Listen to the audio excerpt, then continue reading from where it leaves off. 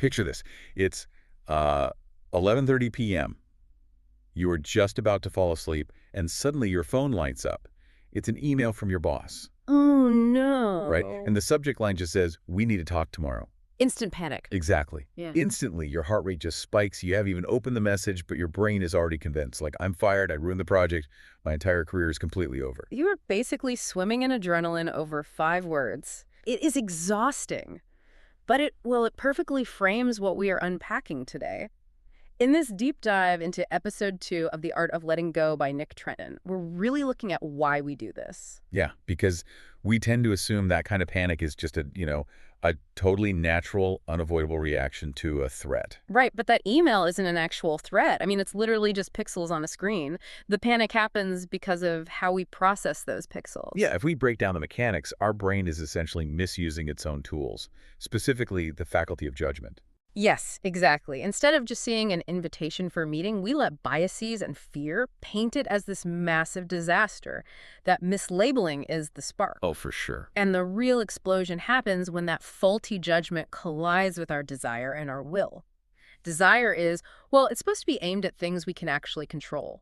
Like in this scenario, your desire is to keep your job and maintain security. But the problem is, you can't actually control your boss's mood, Ah, or whatever that meeting is even about. exactly. So your desire gets locked onto a variable completely out of your hands. Then your will, which is your drive to take action, just spins its wheels. It's trying to solve a crisis that hasn't even happened yet. You're literally lying in bed trying to outthink a ghost. That is exactly it. And the biological response just takes over. The amygdala fires up, flooding your system with cortisol. Yeah, you are physically preparing to fight or flee, but there is nothing to punch and nowhere to run, which makes the idea of just, choosing to be objective sound completely ridiculous. I mean, if someone tells you to stay calm when you are terrified at midnight, it feels genuinely impossible. Oh, absolutely You impossible. can't just flip a switch and turn off a biological alarm system like that. You can't turn it off, no. But you can bypass it using what's called a non-judgmental stance.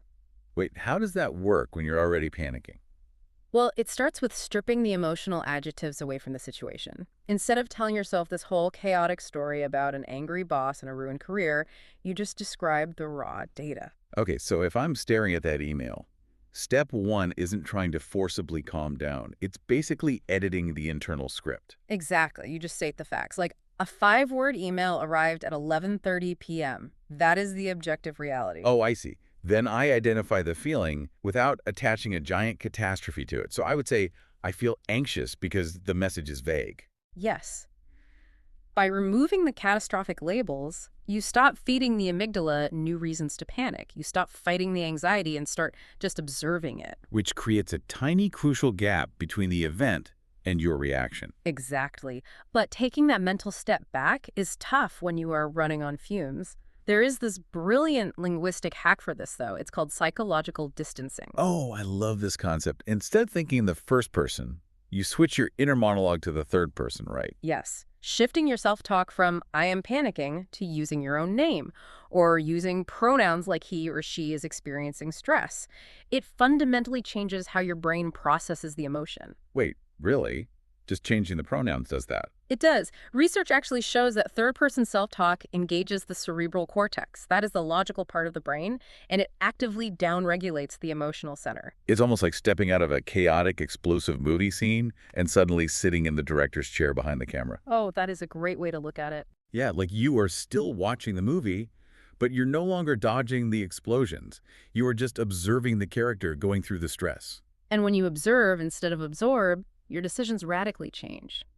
Because letting go doesn't mean ignoring life's problems. It means creating enough mental distance to finally be able to solve them. That makes so much sense. You suspend the psychological reaction just long enough to actually see the reality of the situation. Right. A brief mental step back aligns those impulsive, in-the-moment reactions with your actual long-term goals. You stop reacting and you start responding. It definitely takes practice. But the next time your phone lights up with a vague message, remember that you have the power to stay in the director's chair. Exactly. You don't have to be the actor in the disaster movie. So true. Well, if you want to keep building that mental space, make sure to like and subscribe to get notified about our next deep dive. Yes, definitely do that. And until then, ask yourself this. If psychological distancing works so well for diffusing anxiety, how might talking to yourself in the third person change the way you experience positive moments, like a major victory at work?